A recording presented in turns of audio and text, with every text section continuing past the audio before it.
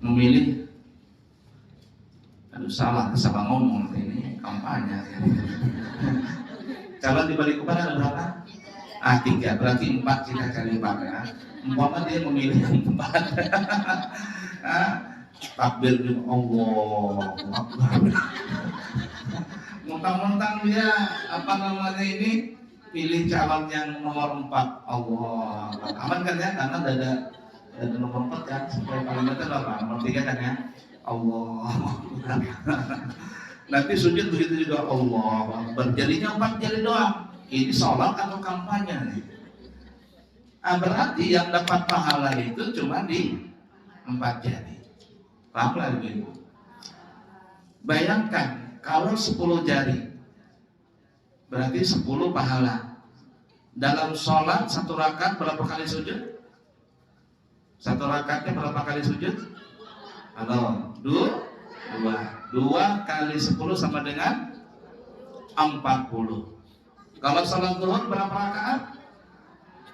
4 rakaat. Berarti 20 kali 4 sama dengan 80 pahala sudah di situ.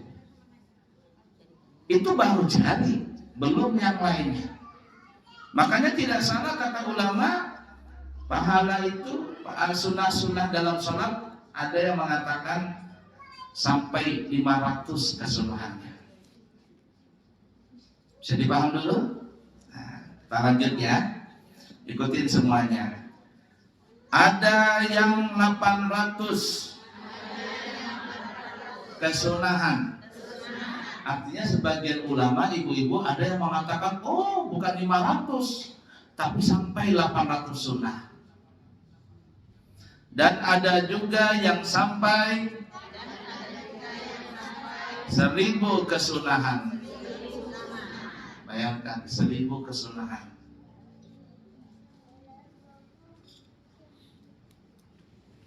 Seribu kesunahan. Artinya dalam masalah ini banyak sekali pahalanya. La ilaha illallah. Nah, ya. Kita lanjut ya. Jadi ada yang mengatakan 500, ada yang mengatakan 800, bahkan ada yang mengatakan sampai 1000. Apabila kita mengerjakan sholat itu dengan cara yang benar, kita sudah mendapatkan 1000 pahala di situ. Dan bayangkan kalau kita sholatnya itu di Mekah. 1 kali sholat di Mekah berapa pahalanya? 100.000 kita sholat di tempat lain. Makanya kalau ada uang, ya jangan dibelikan yang aneh-aneh. Nabung gitu. Niat apa? Untuk berangkat umroh, berangkat haji. Karena sekali kita sholat maghrib di Mekah sama kita sholat 100.000 kali sholat di Al-Fajr. Bayangkan. Kita sholat subuh di Mekah, di Masjidil Haram, sama kita sholat 100.000 kali di Masjid Al-Fajr. Pahalanya itu kan. Tapi jangan mentang-mentang juga mendengar hadis tersebut. Kemarin Abu cerita katanya dapatnya 100.000 pahala. Pulang dari umrah nggak sholat lagi.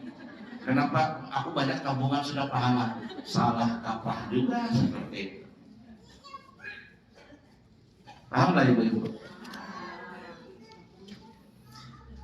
Di dalam menjelaskan keutamaan kesunahan sholat, Allah Subhanahu wa Ta'ala berfirman dalam hadis qudsi.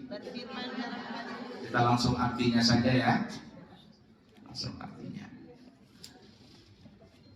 Ini firman Allah Ta'ala ibu-ibu, tapi dalam bentuk hadis Nabi. Jadi firman Allah Ta'ala itu ada 2.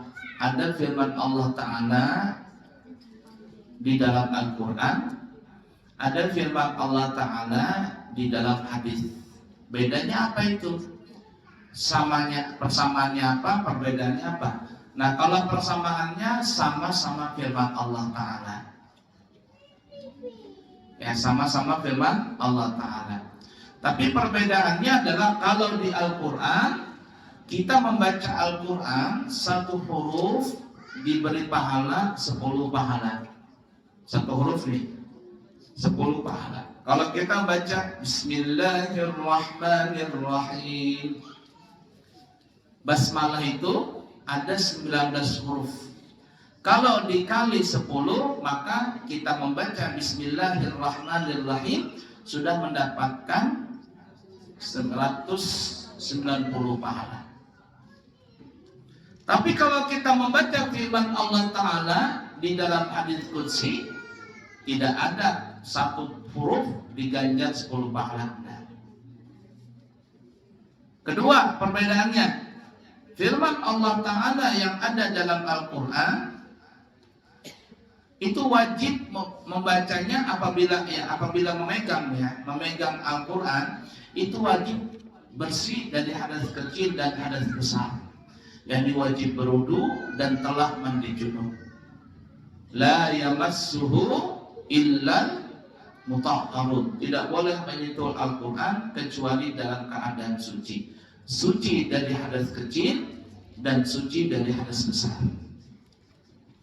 Tapi kalau firman Allah Ta'ala dalam hadis qudsi, itu bisa saja memegangnya tanpa berwudu, tidak ada masalah. Umpama ada kitab hadis dia tidak berwudu, boleh aja megang, alias tidak berdosa. Tapi kalau Quran, ada orang tidak berwudu tidak boleh megang Al-Quran. 3. Kalau firman Allah Ta'ala yang berbentuk Al-Quran, yang Al-Quran maksud saya, itu tidak boleh kita membacanya dalam keadaan junub. Selesai berhubungan badan, tidak boleh baca Quran yang firman Allah Ta'ala dalam Al-Quran. Ibu-ibu sedang haid atau selesai haid tapi belum mandi junub, tidak boleh membaca Al-Quran yang membaca firman Allah Ta'ala yang ada dalam Al-Quran. Tapi kalau firman Allah Ta'ala yang bentuk hadis qudsi, ibu-ibu boleh membacanya baik dalam keadaan tidak berwudu atau berwudu, boleh juga membacanya dalam keadaan junub atau tidak junub, alias di situ tidak ada larangan. Tapi dari segi adab, kalau kita ingin membaca firman Allah Ta'ala dalam hadis qudsi, sepantasnya kita bersih dari hadas kecil dan hadas besar. Nah, itu sedikit perbedaan antara firman Allah Ta'ala dalam Al-Quran dan firman Allah Ta'ala dalam hadis qudsi. Nah, ini firman Allah Ta'ala dalam hadis qudsi. Langsung artinya ya. Ini firman Allah Ta'ala ya. Allah berfirman tapi dalam hadis. Bagi siapapun yang memusuhi kekasihku, aku akan memeranginya. Tidak ada sesuatu yang dilakukan hambaku untuk mendekatkan diri kepadaku yang lebih aku senangi daripada yang telah aku fardukan. Dan tidak henti-hentinya hambaku beribadah kepadaku dengan ibadah sunnah sehingga aku mencintainya. Ketika aku mencintainya, aku akan menjadi pendengarannya, penglihatannya, tangan yang ia buat untuk menyerang, dan kaki untuk berjalan. Jika ia meminta sesuatu kepadaku, niscaya aku kabulkan. Dan ketika meminta perlindungan kepadaku, niscaya aku akan melindunginya. Hadis riwayat Imam Bukhari. Apa maksudnya ya? Nah, kalau kami bisa terangkan, kata Allah Ta'ala dalam hadis qudsi, siapa yang mengganggu kekasihku. Kalau dalam hadis itu bentuknya adalah wali. Man ada waliyan. Siapa yang mengganggu wali. Wali itu ibu-ibu bukan berarti orang wali itu bisa terbang, bisa jalan di atas air, bisa jalan di dinding. Itu belum tentu orang itu wali. Nah, kita terkadang terpesona dengan kesaktian orang itu. Mentang-mentang dia pakai bolang begitu, kemudian jalan di atas air, wali itu. Belum tentu. Dia pakai bolang, pakai surban, tasbihnya gede-gede lagi kayak telur puyuh itu. Tiba-tiba bisa jalan di atas dinding, itu wali. Belum tentu. Wali itu bukan tandanya bisa terbang. Wali itu bukan tandanya bisa jalan di atas air. Wali itu bukan bisa melihat masa depan. Nah, itu belum tentu wali. Kalau seandainya wali itu bisa terbang, apa bahaya? Burung-burung bisa terbang, tapi burung bukan wali. Lalat nyamuk bisa terbang, tapi apakah lalat nyamuk itu wali? Bukan. Kalau dikatakan wali itu bisa jalan di atas air, kodok bisa jalan di atas air, ular bisa jalan di air, buaya bisa jalan di air. Kalau buaya di air, kalau di darat payah. Makanya sebenarnya itu buaya itu tidak ada laki-laki, kan bu. Bu. Saya dulu ibu-ibu ini nyimak dikit ya. Saya itu agak heran kenapa sih kalau orang Betawi itu kalau mereka nikahan, kawinan atau lamaran pasti membawa roti buaya. Saya dalam hati itu iseng banget, kok buaya sih? Kok buaya? Ternyata itu cuman simbol filosofi di balik itu adalah karena buaya itu adalah binatang yang monogami atau monogami. Artinya dia sepasang, hanya satu pasang saja dari lahir sampai mati. Setia. Jadi itu buaya begitu ibu-ibu. Jadi kalau buaya jantan ketemu betina, ya sampai mati itu aja, nggak mau dia ke lain-lain. Jadi filosofi di balik itu artinya pernikahan ini mudah-mudahan seperti halnya kasih sayang antara jantan dan betina dari buaya tadi. Sama juga kalau agama lain, kita tidak nyebut agamanya. Kalau agama lain, kalau dia nikah, dia kawin, simbolnya adalah burung. Burung apa? Merpati. Kenapa? Karena burung merpati itu dia juga monogami, satu pasang dari hidup sampai mati. Nah, itu buaya tadi. Tapi selama buaya itu hidup di air, kalau dia naik ke darat, poligami sudah. Makanya buaya darat. Jadi kalau selama itu masih di air, nah aman dia. Tapi kalau sudah jadi buaya darat, akhirnya sudah. Lah buktinya pas nikah bawa rotinya roti buaya.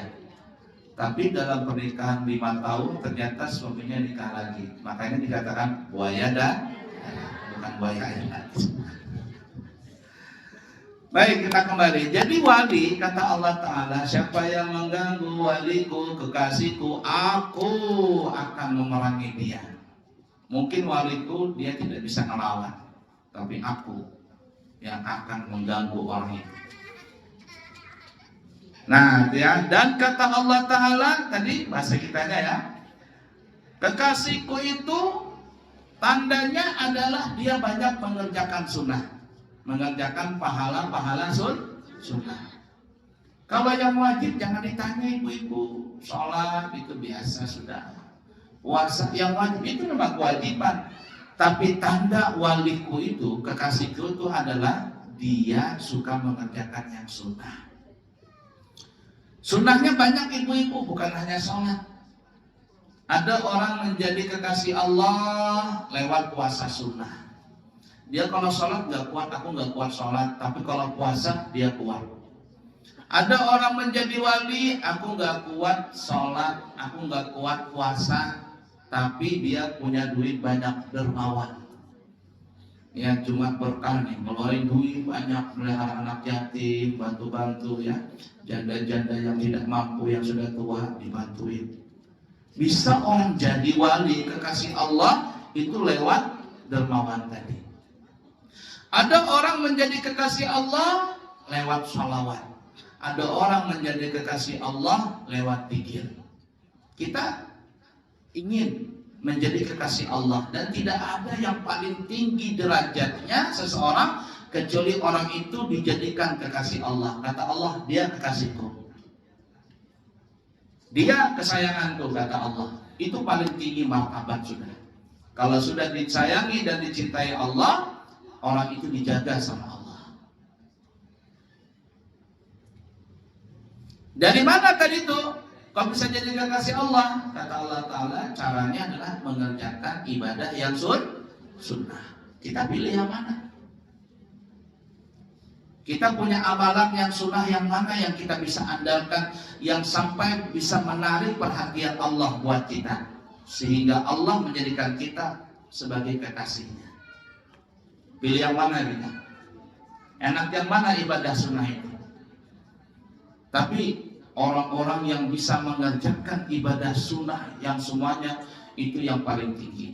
Sholat dia kerjakan, yang sunnah-sunnah dia gak pernah tinggalkan. Puasa dia kerjakan, sedekah dia kerjakan, mulutnya dia jaga, dia kerjakan, gak pernah ganggu orang. Pokoknya lengkap semuanya. Wah, ini bisa jadi wali kutub namanya. Derajatnya tinggi sekali di sisi Allah.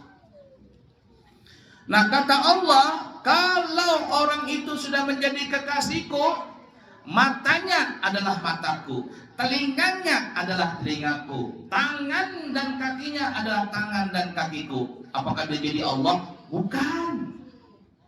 Bukan berarti jadi Allah orang itu, bukan. Artinya di sini ada dua pengertian kata ulama. Bisa jadi matanya itu kasyaf, matanya tidak melihat, tapi mata batinnya melihat. Telinganya biasa saja, tapi bisa mendengar dari jarak yang beratusan kilo. Nih telinganya tembus, namanya kasyaf. Ada kasyaf di mata, ada kasyaf di telinga, ada kasyaf di tangan, ada kasyaf di kaki. Itu yang nanti kalau sudah seperti itu, sudah mendarah daging, Allah sudah suka dengan dia, apa yang dia minta aku kabulkan, kata Allah Ta'ala. Pernah dengar dulu wali-wali kekasih Allah yang diberikan karamah, berjalan cuma selangkah sudah sampai ke tempat lain. Itu Sunan Giri, masih kecil, belajar ke Sunan Ampel. Sunan Giri itu di Gresik. Kalau mau ke Ampel, itu kan kalau naik mobil kurang lebih ada 1 jam sekarang. Cuma dipanggil Sunan Giri nih dari Gresik menuju ke Ampel, cuma teriak, wahai Ampel, tanah Ampel kesini. Tiba-tiba tanah Ampel itu dempet dengan tanah Gresik. Selangkah sudah sampai di Ampel. Mau pulang ke Gresik, wahai tanah Gresik, kesini ikam. Kembali tanah Gresik mendekat. Sunan Giri tinggal melangkah sudah sampai di Gresik. Ini yang diturutin sama film Doraemon. Pintu kemana aja? Buka pintu, cek sampai ke sana. Itu Doraemon itu. Jakanya Doraemon itu ada dalam kehidupan kita. Nyaman hidup. Saya nggak capek-capek beli mobil apa, tinggal buka pintu ke Mekah, ke Madinah. Nah itu pengertian. Ada sebagian ulama mengatakan pengertian itu ya, orang itu diberikan kasyaf, kasyaf di mata, kasyaf di telinga, kasyaf di mulut, kasyaf di tangan, kasyaf di hati, kasyaf di kaki. Tapi ada juga yang mengatakan matanya adalah mataku, telinganya adalah telingaku, tangannya tanganku, kakiku kakinya kakiku. Maksudnya matanya dijaga oleh Allah, tidak melihat yang maksiat. Telinganya dijaga oleh Allah, dia tidak mendengar yang maksiat. Mulutnya dijaga sama Allah, tidak menggibah, tidak memfitnah, tidak menggosip. Tangannya dijaga oleh Allah, tangannya tidak bermaksiat. Kakinya dijaga sama Allah, kakinya tidak melangkah kepada kemaksiatan. Jijik dia dengan kemaksiatan itu yang dijaga sama Allah. Artinya kalau dia sudah menjadi kekasihku, dia tidak pernah akan selingkuh. Dia menjadi kekasihku, matanya tidak pernah kelai, yang dilihat cuma aku. Telinganya dia tidak pernah mendengar yang lain, mendengar aku aja, kata Allah. Paham lah ibu-ibu maksudnya nih? Mudah-mudahan paham. Nah, kok bisa seperti itu orang menjadi kekasih Allah? Di mana kuncinya tadi ya? Mengerjakan ibadah yang dijawab. Kalau saya tanya dijawab, biar aman. Kalau nggak dijawab takut nanti Isra Mi'raj. Isra Mi'raj. Gitu. Nah, kemudian salah satu penghasil pahala sunnah tadi adalah mengerjakan sunnah-sunnah di dalam sholat. Berapa sunnahnya tadi ibu-ibu kalau dikerjakan?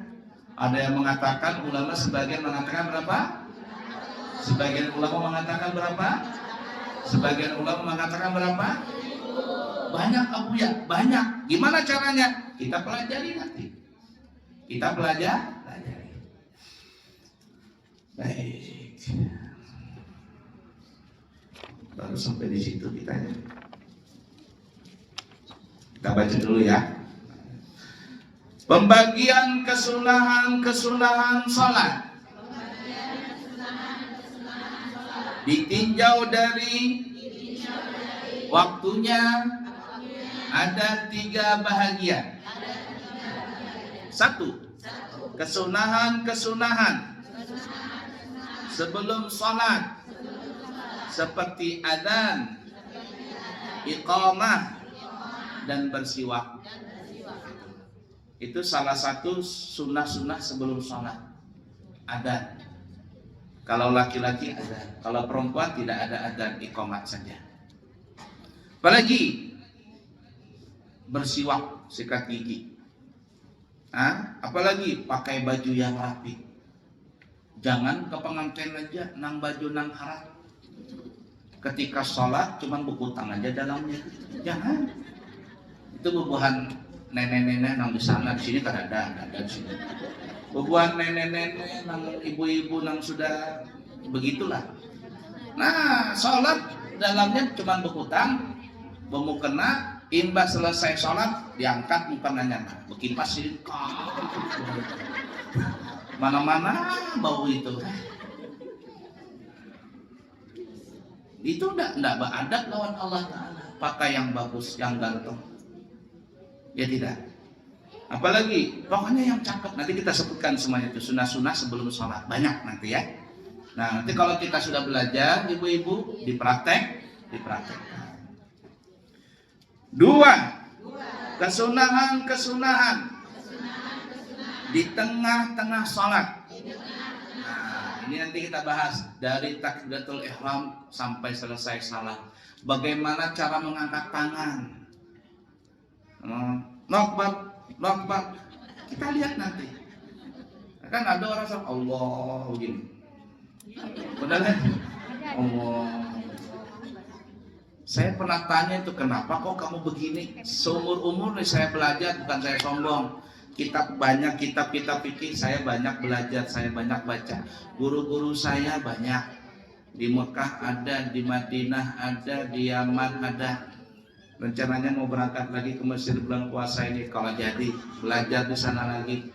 Kalau jadi cari guru banyak di Indonesia, di Banjar ada, di Balikpapan ada. Cari guru. Belum pernah saya mendapatkan dan belajar orang sholat begini. Allahu Akbar. Saya tanya, kamu dalilnya di mana itu? Katanya dia itu Kalau kita turun kan tangan kiri duluan, kan ya Allah. Jadi jangan kiri, kanan duluan.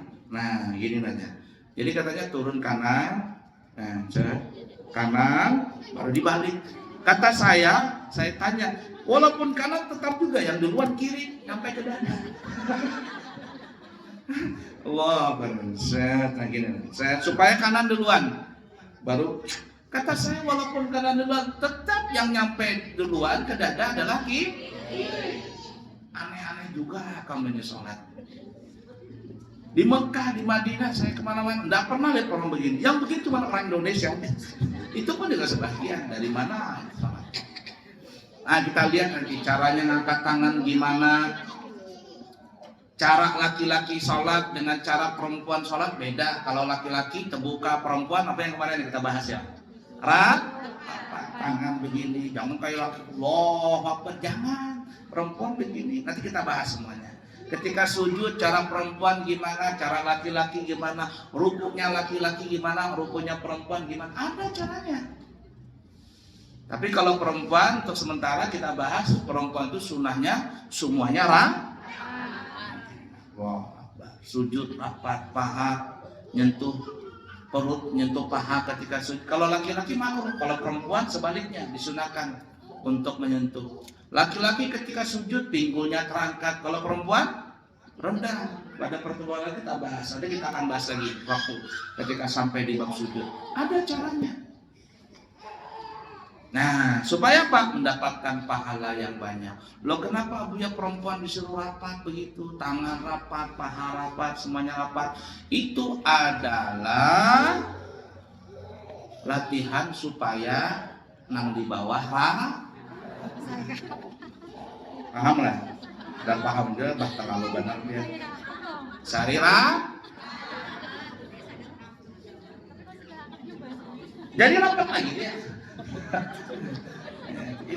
itu pengaruhnya di situ. Nah, mohon maaf lah begayaan. Nah, sunnah tuh dari takbir sampai salam. Salam juga ada caranya, Bu. Dari assalamualaikum. Nah, ada caranya. Bagaimana Bu? Oh, panjang nanti ya. Kita begini kan berjalan sampai ke ujung nanti ya. Baik, lanjut ya. Bagian ini terbagi menjadi dua. Sunnah ab'ad dan sunnah hayat. Nah, jadi ibu-ibu, sunnah yang di dalam salat dari takbiratul ihram sampai salam, tata cara takbir gimana, tata cara sujud gimana, itu dari awal takbir sampai akhir salam. Secara keseluruhan kata ulama, sunnah-sunnahnya terbagi dua. Ada sunnah ab'ad, namanya nih ya dalam bahasa Arab, ada sunnah hayat. Apa itu ab'ad? Apa itu hayat? Kita lihat. A. Sunnah ab'ad. Disebut sunnah ab'ad karena kesunahan ini menyerupai fardu-fardunya sholat. Ab'ad itu ibu-ibu diambil dari kata, berasal dari kata ba'du. Ba, ain, dot, ba'du, artinya separuh. Nah, disebut sunnah ab'ad ini apabila seseorang meninggalkan sunnah ab'ad, maka sholatnya orang itu tetap sah. Sengajakah atau tidak sengajakah dia meninggalkan sunnah ab'ad, sholatnya tetap sah. Tapi dianjurkan bagi dia untuk sujud sahwi. Kalau dia meninggalkan sunnah ab'ad dan tidak mau sujud sahwi, sholatnya sah enggak? Iya, tetap sah, tapi hukumnya makruh. Sunnah ab'ad, yaitu sunnah melakukan sujud sahwi jika meninggalkannya. Tambahin itu sujud sahwi. Ada pulpen, tambahin namanya sujud sahwi jika meninggalkannya. Secara global sunnah ab'ad ada 3. Panjang pembahasannya. Saya terangkan duluan Bu ya. Kita Ini kan tadi kita bicara sunnah di dalam sholat, pekerjaan sunnah dalam satu ada terbagi dua, sunnah abad, sunnah hayat. Kita bahas sunnah abad dulu. Sunnah abad ini maksudnya apabila seseorang meninggalkannya sengaja atau tidak sengaja, sholatnya tetap sah, tapi dianjurkan untuk sujud sahwi. Dan apabila dia tidak mau sujud sahwi, sholatnya tetap sah, tapi hukumnya makruh.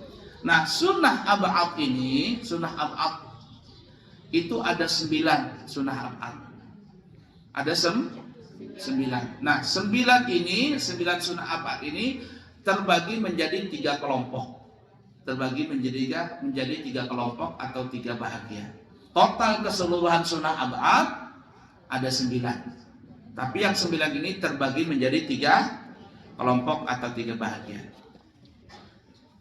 1. Tasyahud awal. Duduk tasyahud awal dan membaca salawat pada Nabi Muhammad sallallahu alaihi wasallam di tasyahud awal.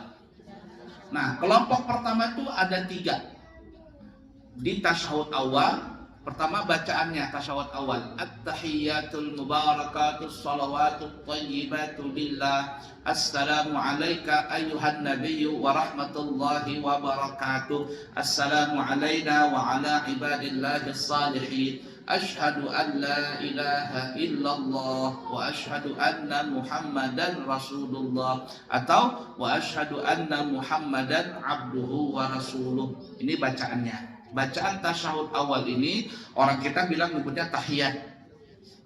Tahiyat awal atau tasyahud awal ini termasuk sunnah abad. Yang kedua duduknya.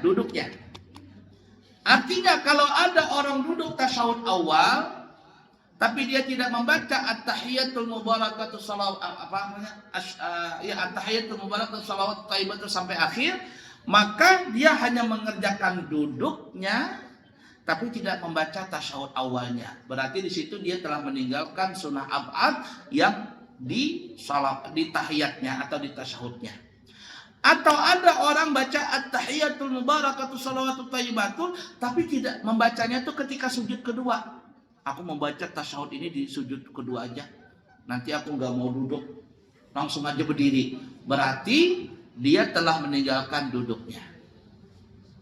Ya, tasyahud awalnya, duduk tasyahud awalnya. Yang ketiga membaca shalawat kepada Nabi Muhammad di tasyahud awal.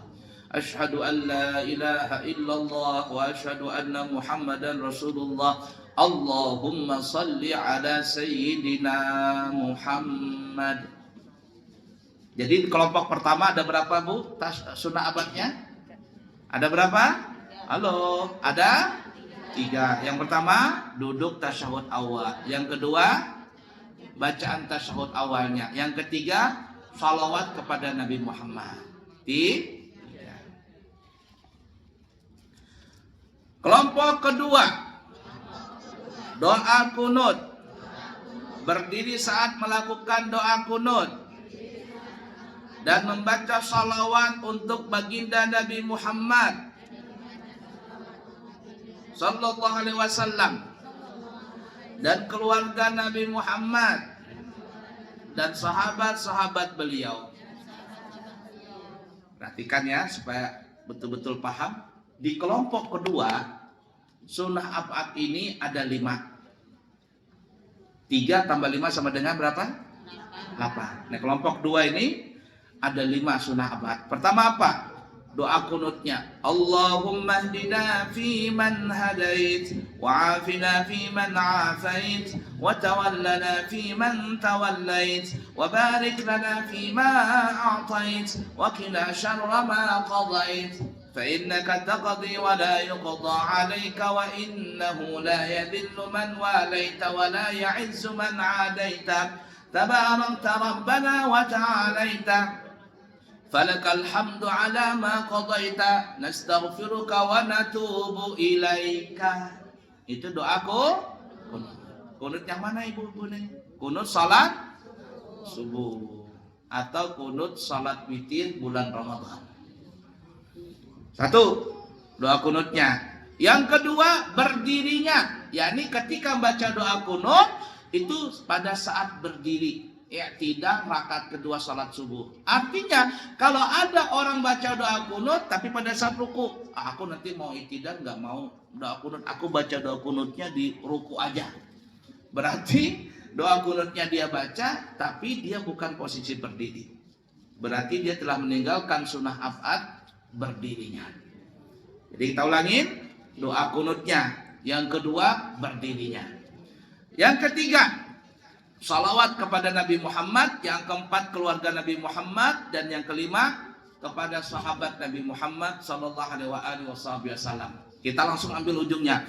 Nastaghfiruka wa natubu ilaik wa sallallahu ala sayyidina Muhammadin nabiyil ummi. Salawat kepada Nabi Muhammad nabiyil ummi wa ala alihi, keluarga Nabi Muhammad, wa sahbihi, sahabat Nabi Muhammad, wasallam. Berapa totalnya, Bu? 5 sunnah ab'ad ini nih. Di kelompok kedua, doa kunutnya, berdirinya, salawat kepada Nabi Muhammad, kepada keluarga Nabi Muhammad dan sahabat Nabi Muhammad. 3 tambah 5 sama dengan 8. Tadi Abu ya bilang sunnah ab'ad keseluruhan ada berapa? Berarti kurang berapa lagi? 1. Kita lihat di mana satunya.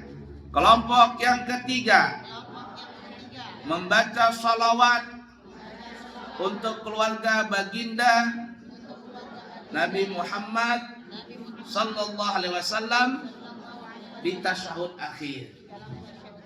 Contoh. Ini contoh ya.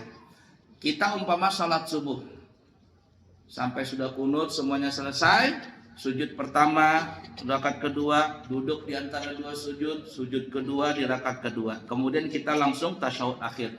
Allahu akbar. At-tahiyyatul mubarakatus salawatut thayyibatu lillah. Assalamu alayka ayyuhan nabiyyu wa rahmatullahi wa barakatuh. Assalamu alayna wa ala ibadillahis salihin. Ashhadu an la ilaha illallah wa ashhadu anna Muhammadan Rasulullah. Ini namanya apa, Bu? Tasyahud. Tasyahud akhir. Bacaan tasyahud akhir ini hukumnya sunnah atau wajib? Wajib, rukun dia. Kalau tasyahud awal sunnah atau wajib? Sunnah. Bedanya situ. Bacaannya sama tapi hukumnya berbeda. Tasyahud awal hukumnya sunnah ab'ad, sedangkan tasyahud akhir hukumnya wajib atau rukun salat. Wa asyhadu anna Muhammadan Rasulullah. Allahumma salli ala sayyidina Muhammad. Kemudian kita tambahin wa ala ali sayyidina Muhammad. Nah, salawat kepada keluarga Nabi Muhammad di tasyahud akhir itu adalah sunnah ab'ad. Artinya, kalau seandainya ada orang salat, asyhadu an la ilaha illallah wa asyhadu anna Muhammadan Rasulullah, Allahumma salli ala sayyidina Muhammad wa ala ali sayyidina Muhammad. Assalamualaikum warahmatullah. Assalamualaikum warahmatullah. Salatnya sah atau tidak? Sah. Dia telah mengerjakan rukun salat dan telah mengerjakan sunnah ab'ad. Tidak ada yang namanya sujud sahwi. Paham kira-kira? Halo. Itu sunnah ab'ad. Totalnya ada 9. Lanjut ya, kita habiskan lagi ya. Bahagian kedua, sunnah hayat. Nanti saya ulangi lagi supaya lebih paham. Sunnah-sunnah yang di dalam sholat itu secara keseluruhan terbagi 2. Ada sunnah ab'ad, ada sunnah ab'ad kita tidak bahas tadi. Ada berapa sunnah ab'ad? 9. Apa maksud sunnah ab'ad? Yaitu apabila ada orang meninggalkan sunnah ab'ad. Yang 9 itu ya, salah satunya. Kemudian dia meninggalkan baik sengaja atau tidak sengaja, maka dianjurkan untuk sujud sahwi. Apabila dia tidak mau sujud sahwi, salatnya tetap, tapi hukumnya makruh. Fahim tuh? Anak santri ya. Paham? Nah, bukan paham haikam itu lain lagi kisahnya. Itu kampanye ngarannya. Nah, itulah. Nah, yang kedua kita bahas nih sunnah hayat, yaitu kesunahan-kesunahan yang tidak disunahkan melakukan sujud sahwi. Tambahin sujud sahwi ya, kalimat sahwi. Jika meninggalkannya. Sunnah hayat adalah seluruh kesunahan-kesunahan di dalam sholat selain sunnah ab'ad. Perhatikan ibu-ibu ya. Kita bicara di dalam sholat dari takbiratul ihram sampai salam. Nah, perhatikan ini supaya lebih paham lagi. Dari takbiratul ihram sampai salam, bacaan sholat, gerakan sholat itu terbagi menjadi 3. Satu, ada rukun sholat. Rukun sholat yang kita pernah bahas, takbiratul ihram, niat, bertiga, ruku, sujud, sampai 13 rukun kemarin. Yang kedua, ada namanya sunnah ab'ad. Sunnah ab'ad yang kita baru tadi bahas 9. Sisanya itu namanya sunnah hayat. Sisanya baik gerakan atau bacaan itu disebut sunnah hayat. Sunnah hayat ini ibu-ibu apabila dikerjakan alhamdulillah, apabila ditinggalkan sholatnya tetap sah. Apakah perlu sujud sahwi? Tidak perlu sujud sahwi. Malah kalau sujud sahwi malah batal sholatnya. Jadi tidak apa-apa, tidak perlu sujud sahwi. Apa sunnah hayat? Satu, dari segi bacaan doa iftitah, Allahu Akbar, Allahu Akbar kabira walhamdulillah katsira subhanallah, dan seterusnya. Doa iftitah ini termasuk sunnah ab'ad atau sunnah hayat? Hayat. Kalau ada orang salat tidak baca doa kunut, salatnya sah apa enggak? Kalau dia tinggalkan, apakah perlu sujud sahwi atau tidak? Tidak perlu. Bisa dipahami? Sampai selesai doa iftitah. A'udzubillahi minasyaitonirrajim. Ini termasuk sunnah hayat. Ghairil maghdubi 'alaihim waladdallin. Amin. Setelah amin baca apa ya? Baca surah rakaat pertama, rakaat kedua. Tapi dia nggak mau baca surah. Allahu Akbar. Cuman Fatihah doang. Salatnya sah? Bacaan surah ayat setelah Fatihah rakaat pertama, rakaat kedua itu termasuk sunnah hayat. Allahu Akbar, rukunya wajib, tapi bacaannya subhanarabbil azim wa bihamdi 3 kali. Bacaan subhanarabbil azim wa bihamdi ini termasuk rukun kah, sunnah ab'ad kah, atau sunnah hayat? Oh, bacaannya subhanarabbil azim wa bihamdi. Rukun salat kah, sunnah ab'ad kah, atau sunnah hayat? Loh, sunnah hayat. Nah, paham berarti. Sunnah hayat.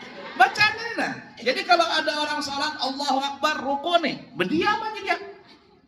Diam, mulutnya enggak komat kamit. Apa yang terjadi? Salatnya sah enggak? Sah. Lalu dia bacaan tadi subhanallah, enggak apa-apa. Tapi dia telah meninggalkan sunnah. Ini bacaannya sunnah hayat indah. Paham kira-kira ibu-ibu? Nah, begitu juga bacaan sujud, begitu juga bacaan Rabbi firli warhamni wajibni warfa'ni warzuqni wahdini wa'afini wa'fu anni. Di antara 2 sujud itu termasuk bacaan sunnah hayat. Paham tidak? Paham ya? Itu contoh bacaan. Contoh sunnah hayat dari gerakan. Orang sholat ngangkat tangan enggak? Allahu Akbar. Ya kan, sunnah. Tapi dia enggak mau. Allahu Akbar. Enggak mau ngangkat tangan. Allahu Akbar. Enggak mau ngangkat tangan. Cuman bacaan saja Allahu Akbar, tapi dia enggak mau Allahu Akbar. Ini enggak ngangkat tangan.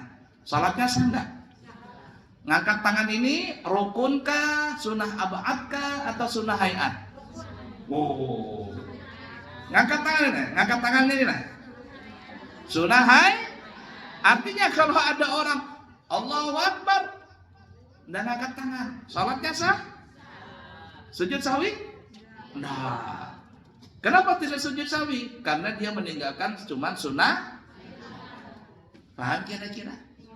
Nah, itu yang kita bilang tadi, dalam gerakan salat dari takbiratul ihram sampai salam terbagi 3. Ada rukun salat, ada sunnah ab'ad, ada sunnah hayat. Apabila orang meninggalkan rukun salat yang 13, kalau kita ulang lagi kelamaan lagi nih, sengaja salatnya batal. Yang kedua, apabila ada orang meninggalkan sunnah ab'ad, sengaja atau tidak sengaja, salatnya sah tetapi sujud. Yang ketiga, apabila ada orang meninggalkan sunnah hayat, salatnya sah. Sujud sahwi tidak perlu, tapi hukumnya makruh. Ya, tidak mau sempurna, iftitah nggak mau, yang wajibnya doang dia kerjakan. Paham nggak kira-kira? Nah, sama nanti duduk tadi yang kita bicarakan tuh lah, Bu, yang sujud jarinya semuanya menghadap kiblat. Ketika duduk jarinya menghadap kiblat rapat. Tapi ada orang sujud tangannya begini, Allahu Akbar, nah jarinya begini. Berarti dia telah meninggalkan sunnah apa? Sunnah hayat. Duduk begini, dia duduknya begini, apalagi begini, begitu. Ini dia meninggalkan sunnah apa namanya? Sunnah hayat. Ada orang salat begini, tapi dia salatnya nggak mau begini, dia begini. Allahu Akbar. Bismillahirrahmanirrahim. Berarti dia meninggalkan sunnah. Padahal sunnah hayatnya begini, dia nggak mau. Gimana tuh Abu ya? Nanti kita bahas satu-satu. Kira-kira paham dulu? Terakhir ya, kita habisin ya. Selesai sunnah-sunnah di dalam sholat. Sekarang terakhir nomor 3. Kesunahan setelah selesai sholat, seperti zikir dan duduk di tempat sholat. Selesai salam, Assalamualaikum warahmatullah. Assalamualaikum warahmatullah. Yang pertama kali dia lakukan adalah Bismillah Asyhadu an la ilaha illallah rahmanir rahim. Allahumma adhib anni al-hamma wal hazan. Itu sunnah-sunnah setelah salam. Astaghfirullahaladzim alladzi la ilaha illa huwal hayyul qayyum 3 kali. Atau dia baca astagfirullah, astagfirullah, astagfirullah, boleh. Lalu apa? Allahumma antas salam wa minkas salam sampai seterusnya. Ini enggak, orang bacanya Allahumma antas salam wa minkas salam. Dia enggak, Allahumma antas salam wa lantas jalan katanya. Salam Assalamualaikum blok ngacir dia. Ini berarti dia meninggalkan sunnah-sunnah setelah salat. Subhanallah, subhanallah, subhanallah 33. Alhamdulillah, alhamdulillah 33. Allah Akbar 33. Tapi dia enggak mau baca. Orang zikir subhanallah dia diam saja ngelamun.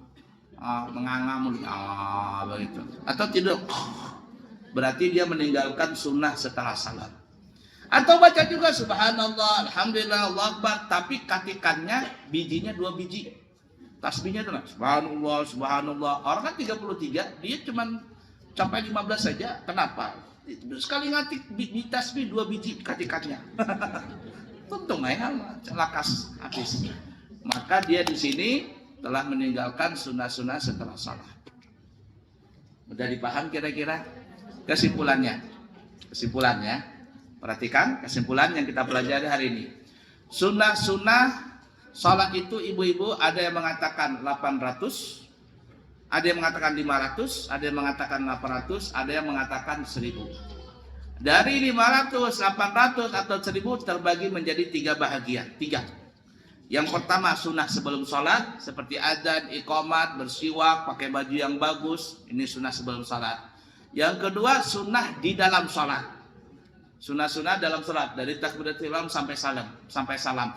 Sunnah-sunnah dalam sholat ini terbagi 2. Ada sunnah ab'ad, ada sunnah hayat. Kemudian yang ketiga sunnah-sunnah setelah salam, seperti zikir, mengusap wajah pakai tangan, duduk di tempat dan lain sebagainya. Bagaimana itu Abu ya? Insya Allah secara detail kita akan bahas setelah pesan-pesan berikut ini. Alias akan datang kita bahas. Baik, ada pertanyaan mungkin satu orang. Ini ada beberapa pertanyaan Abu ya. Ya, siap. Yang pertama, ketika kita sholat berjamaah, itu biasanya di rakaat terakhir ketika sujud itu imam agak lama sujudnya. Ya. Apakah makmum setelah membaca Subhana Rabbil A'la itu boleh menambah doa-doa? Boleh. Ya. Langsung jawab ya. Boleh. Akrabul abdu indallahi ta'ala wa huwa sajidun fa'akthirud du'a. Paling dekatnya seorang hamba dan Nabi dengan Tuhannya itu pada saat sujud. Maka jar Nabi perbanyaklah doa waktu sujud. Nah, baik sujud pertama, kedua, ketiga atau yang terakhir. Sujud dibanyakin doa. Loh kenapa? Jar Nabi seorang hamba itu paling dekat dengan Tuhannya adalah pada saat sujud. Jawabannya apa? Coba perhatikan. Dari kepala sampai kaki yang kita paling anggap mulia adalah kepala. Nih kepala nih. Saking mulianya kita pakai topi di kepala, pakai kopiah di kepala, pakai bolang di kepala. Ya, di kepala ini. Jilbab di kepala. Aksesorisnya di kepala juga nih, macam-macam jadi. Pokoknya berkaitan dengan kepala. Kepala ini ada otak kanan, otak kiri, otak tengah, mata, hidung, alis, bulu mata. Bahkan perawatan yang paling mahal bagi perempuan adalah di muka, di kepala atau di kaki? Di muka, di kepala. Ya enggak, perawatan ini paling mahal di muka. Muka masuk kepala. Subhanallah. Kita enggak ridho kalau ada orang Balikpapan tepes kan apa? Tepes kepala kita, marah kita. Kalau ada orang megang kepala kita marah, apalagi kita ditempelin kepala kita. Marah. Kenapa? Ini mulia kepala itu. Sampai kita tidur, kita mesti pakai bantal. Jangan orang Bahrain kalau guring karena berbantal, pamali. Ya lah, pamali. Kita taruh kepala kita di mulia. Tapi pada saat sholat, ternyata ketika ruku, kepala kita disejajar dengan bokong kita, dengan pinggul kita, yang pinggul ini tempat keluar. Nah, ruku tuh sama tuh, kepala dengan pinggul ini sama tempat keluar najis. Artinya di hadapanku, kata Allah, ternyata kepala itu sama rata dengan pinggul yang banyak keluar najis. Di hadapan manusia, oke, kalian bisa berbangga. Di hadapanku, kalian enggak. Dan pada saat seorang betul-betul rendah di hadapan Allah waktu sujud, kepalamu yang kau anggap mulia, kata Allah, ketika sujud ternyata pinggulmu lebih tinggi daripada kepalamu. Jangan sombong-sombong kamu di hadapanku, kata Allah Ta'ala. Tuh, ternyata pinggul yang tempat keluar najis lebih tinggi daripada kepala. Dan kata ulama, tidak boleh kita menaruh kepala kecuali hanya untuk Allah. Jangan kayak orang Pirau yang di Surabaya itu. Sujud kamu sujud, gonggong kamu. 3 tahun di penjara, kepo sekalian. Ini kepala untuk Allah, bukan untuk manusia. Apalagi disuruh gonggong kayak anjing begitu. Pangkat, bagus. Saya paham? Pak Siri doa. Dan kata, dengarkan ibu-ibu ya. Kata Mbah Maimun Zubair, orang alim yang sudah meninggal dunia, kuburnya di Ma'la di Mekah. Kalau saya ziarah ke Mekah, biasanya ziarah ke Ma'la, ke tempat beliau. Kata beliau, salah satu, perhatikan betul-betul, salah satu memudahkan rezeki kita adalah membaca Rabbi firli wali walidayya waktu sujud sebanyak 4 kali nih. Dan yang terakhir, Rabbi firli wali walidayya warhamhuma kama rabbayani shaghira, 5 kali totalnya. Sujud terakhir nih ya, perhatikan nih. Subhanallah bihamdi, subhanallah bihamdi, subhanallah bihamdi. Baca lagi, Rabbi firli wali walidayya, Rabbi firli wali walidayya, Rabbi firli wali walidayya, Rabbi firli wali walidayya, Rabbi firli wali walidayya warhamhuma kama rabbayani shaghira. Siapa yang mengamalkan ini, rezekinya lancar. Dan kata Mbah Maimun Zubair, tidak pernah akan jadi miskin orang yang selalu mendoakan ibu bapaknya dalam salat. Makanya jangan lupa Rabbi firli wali walidayya. Paham kira-kira ibu-ibu? Ibu-ibu ini kalau amalan duit rajin tuh mengamalkan. Iya kamu ya? Iya, pokoknya amalan duit rajin mengamalkan. Ingat ya, yang hendak berangkat umrah, baca di situ. Rabbi firli wali walidayya 4 kali, ditutup Rabbi firli wali walidayya warhamhuma kama rabbayani shaghira. Ya, sujud terakhir. Itu kata Mbah Maimun Zubair. Sujud yang mana, Bu? Sujud terakhir. Ada lagi? Ketika kita sholat berjamaah terus kita masbuk, itu kita menambahkan rakaat kekurangan kita itu di salam terakhir atau yang pertama terus kita berdiri. Salam terakhir atau Kan kalau dan akhirat assalamualaikum. Oh. Ya. Setelah salam kedua. Oh, selesaikan dulu. Ya, umpama nih ya, kita sholat asar nih, tadi kan sholat asar. Ketika imam rakaat kedua, kita baru datang, Allahu Akbar. Berarti kita kurang berapa rakaat? Kurang satu dong. Setelah imam salam, Assalamualaikum warahmatullahi. Kapan kita bangkit naik rakaat untuk nambah satu rakaat? Setelah salam kedua, Assalamualaikum warahmatullahi. Assalamualaikum warahmatullahi. Kata imam nih ya, Assalamualaikum warahmatullahi. Assalamualaikum warahmatullahi. Baru kita naik. Tapi kebanyakan tuh anak santri begitu juga. Makanya saya marahin tuh santri nggak boleh masbuk. Yang masbuk kena denda sama gurunya, bayar dia, bayar. Ini enggak masbuk, Assalamualaikum, baru Assalamualaikum, naik dia langsung berdiri, makruh hukumnya. Ya, jadi kalau mau naik untuk nambah rakaat masbuk setelah imam selesai salam yang kedua, begitu kan maksudnya? Nah, baik. Berapa menit lagi sampai waktu? Berapa menit? 4 menit lagi. Ada lagi? Satu lagi pertanyaan. Satu lagi Abu ya. Baik. Mungkin ini supaya menjadi motivasi untuk saudara kita gitu Abu ya. Tadi kan disampaikan oleh Abu ya bahwasanya ada 10 kesunahan ketika kita sholat menghadap dan kita menghadap ke kiblat. Ya. Bagaimana jika kondisinya mohon maaf misalnya tidak punya jari gitu? Nah, itu malah masalah sudah bonus itu. Bonus itu kata Allah nggak usah dihitung, itu aku yang nambahin. Mau bagaimana lagi? Cuman 1 jari aja. 4 jari maksudnya, satunya hilang. Tapi jangan dengar guru, Abu ya. Bagaimana kalau jarinya lebih? Kayak artis India Rintik Roshan kena. Jempolnya kan 2 biji tuh. 6 biji jadinya. Sudah yang 6 tuh bonus dari Allah Taala. Ya, paham kira-kira? Ala kulli hal ya, itu karunia dari Allah Taala Subhanahu wa taala. Cukup? Bisa ya? Baik, kita cukup sekian. Besok ya diundang semuanya ibu-ibu, kita kedatangan tamu dari Hadramaut.